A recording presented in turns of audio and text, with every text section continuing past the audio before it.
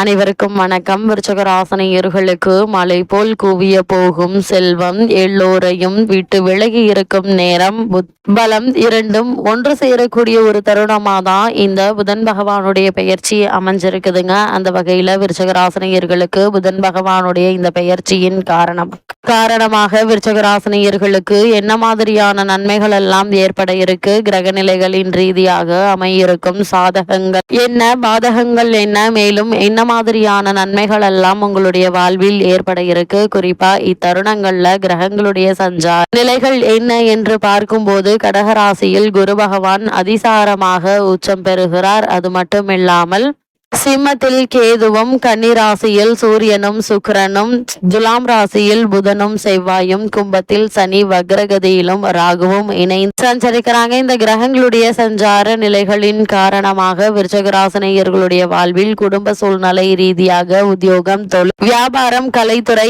அரசியல் துறை, மாணவ மாணவிகள், விவசாய துறையினர், பெண்மணிகள் என அனைவருக்குமே என்ன மாதிரியான நன்மைகள் எல்லாம் உங்களுடைய வாழ்வில் ஏற்பட இருக்கு என்பது குறித்தான முழுமையான பதிவு தான் இந்த வீடியோல நம்ம விரிவா பார்க்க போகிறோம். அதற்கு முன்னாடி புதன் பகவானை பற்றி சற்று விரிவாக தெரிந்து கொள்வோம். புதன் பகவானை பொறுத்த வரைக்கும் வித்தை காரகன், வித்யா காரகன் என்று சொல்வார்கள். மாதுள காரகன் என்று சொல்லும் வழக்கமும் உண்டு. அது மட்டுமில்லாமல் பொன் கிடைத்தாலும் புதன் கிடைக்காது என்று சொல்வார்கள். அதாவது இந்த இடத்தில் பொன் என்பது செல்வத்திற்கான அதிபதி, குருவை குறிக்கும். ஜாதகத்தில் குருவினுடைய பலம் இருப்பதை விட புதன் பலமாக இருக்க வேண்டும் என்பதையே சூட்சமமாக குறிப்பிட்டுள்ளனர். கல்வி, கலை, வித்தைகளுக்கு அதிபதி புதன் கிரகம். எந்த ஒரு விஷயத்தையும் கண்ணால் பார்த்தவுடன் அதை கையால் செய்வதற்கு புதனுடைய அனுகிரகம் வேண்டும். கற்றவர்களுக்கு சென்ற இடமெல்லாம் சிறப்பு. நன்கு படித்தவர்கள் கை நிறைய சம்பளம் வாங்குவதை கண்கூடாக பார்க்கிறோம். நம் வாழ்க்கைக்கு அடிப்படையான கல்வி செல்வத்தை வழங்குபவர் புதன் பகவான்.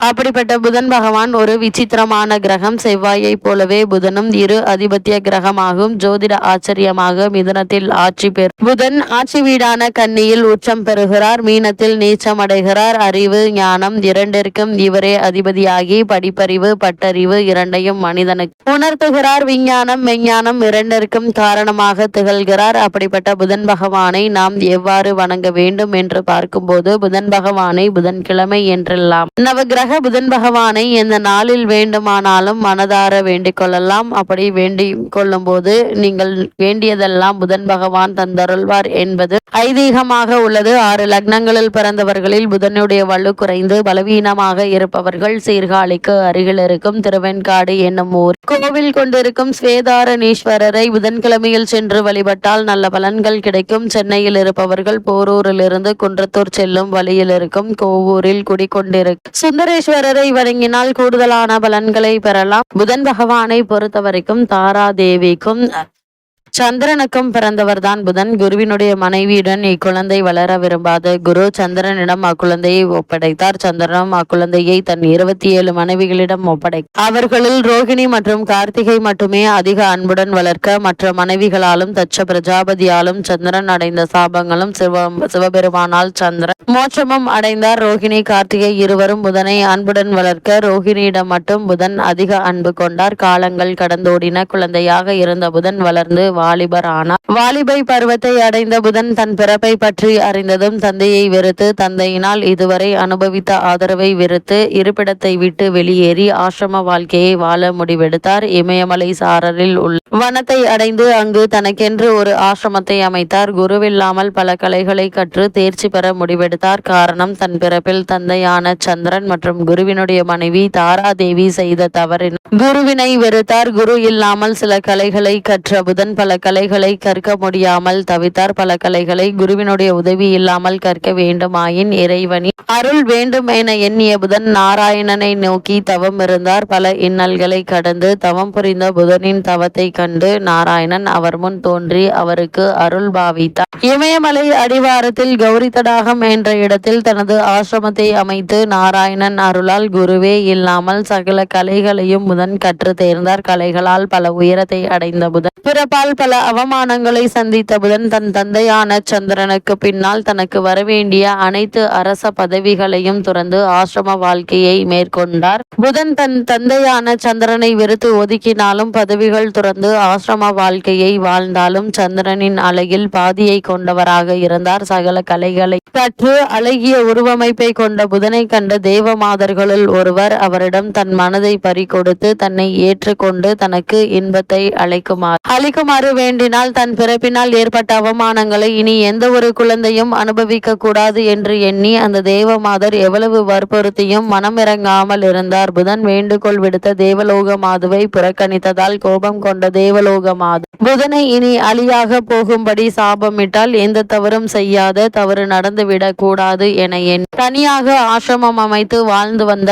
எனக்கு ஏன் இவ்வளவு பெரிய தண்டனை என எண்ணி வருந்திய புதன் நாராயணனை சந்தித்து முறையிட எண்ணினார். நாராயணனை கண்ட புதன் நடந்த அனைத்து விஷயங்களையும் கூறினார். தேவமாதர் விட்ட சாபத்திலிருந்து நிவர்த்தியாகும் பரிகாரத்தை கேட்டார். புதன் நாராயணன் நடந்த அனைத்தையும் அறிந்த பின் புதனுக்கு உதவினால் எந்த சிறப்பும் பெருமையும் இருக்கா எண்ணிய நாராயணன் புதனை சிவனிடம் சரணடைய சொன்னார். ஏனெனில் புதன் நாராயணனின் அம்சம் ஆவார். தன் அம்சத்திற்கு தானே உதவுவது சிறப்பல்ல என எண்ணினார். நாராயணன் கூறிய அறிவுரைப்படி புதன் சிவபெருமானை காண விரைந்தார். சிவபெருமானை கண்ட வணங்கி தனக்கு ஏற்பட்ட நிலையினை கூறி தனக்கு விமோச்சனம் அளிக்குமாறு பணிவுடன் கேட்டார். சிவபெருமான் புதன் விஷ்ணுவின் அம்சம் என்பதையும் புதனின் பிறப்பின் அவசியத்தையும் உணர்ந்து அவருக்கு சாப விமோச்சனம் வழங்கினார். அப்படிப்பட்ட புதன் பகவான் உங்கள் ராசிக்கு அஷ்டமாதிபதி மற்றும் 12ஆம் இடத்திற்கு வரும்போது விபரீத ராஜயோகம் செயல்பட போகிறது என்று தாங்க சொல்ல வேண்டும். மறைந்த புதனால் நிறைந்த தனலாபம் கிடைக்க இருக்கு. கல்வி கலை சம்பந்தமாக எடுத்த முயற்சி கைகூடக்கூடிய ஒரு தருணமாக இக்காலகட்டம் அமைஞ்சிருக்குதுங்க. விருச்சிக ராசினியர்களான உங்களுக்கு நாலாபுரம் இருந்தும் நல்ல தகவல்கள் கிடைக்க இருக்கு. தொழில் உத்தியோகத்தில் நீங்கள் எதிர்பார்த்த முன்னேற்றமும் சம்பள உயர்வு பற்றிய சந்தோஷ தகவலும் வந்து சேரக்கூடிய ஒரு தருணமாக இக்காலகட்டம் அமைஞ்சிருக்குதுங்க. வீடு வாங்குவது அல்லது கட்டிய வீட்டை பழுது பார்ப்பது போன்ற நீண்ட நாளைய ஆசை நிறைவேற இருக்கு. அதே போல பொது வாழ்வில் இருப்பவர்களுக்கு மக்கள் செல்வாக்கு மேலோங்குங்க. மகத்தான பதவி கிடைப்பதற்கான சாத்தியக்கூறுகள் நிறைந்த ஒரு தருணமாக தான் இக்காலகட்டம் அமைஞ்சிருக்குதுங்க. இல்லத்தில் மங்கள ஓசை கேட்பதற்கான அறிகுறிகள் சுப செய்திகளை கேட்கும் சூழலும் உண்டு என்பதை கிரக நிலைகள் தெல்ல தெளிவாகவும் உறுதியாகவும் எடுத்து காட்டுதுங்க. விருச்சிக ராசினியர்களை பொறுத்தவரை இக்காலகட்ட கிரக நிலைகளை